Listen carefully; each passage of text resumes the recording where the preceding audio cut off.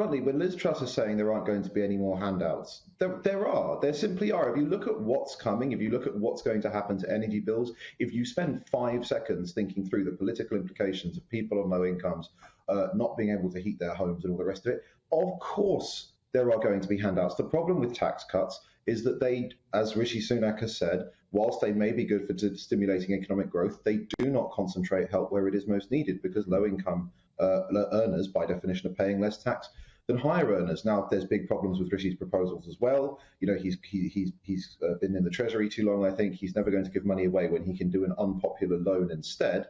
But whichever candidate wins, when the winter bites, energy costs are through the roof, the government is going to have to step in with a really ambitious programme to help people get through the winter. And we just don't hear either candidate acknowledging that fact yet.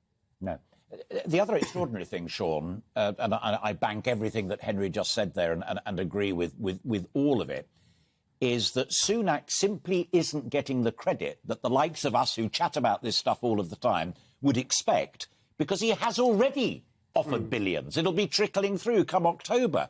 He did the furlough, we know all of that. But specific help and aid on the energy crisis, virtually nobody, according to the polls, is giving him any credit for it. No, that's right. And he's in a difficult place because he's also arguing that the way to control inflation is not to, get people to spend more and give them loads of tax cuts. And, there is an argument for cutting tax on business and deregulating business on that front, I believe. But he's just got a more difficult message. And Liz Truss, and as Henry said, there are probably some big holes in her plan, and she needs to get some people around her that know what they're talking about eventually.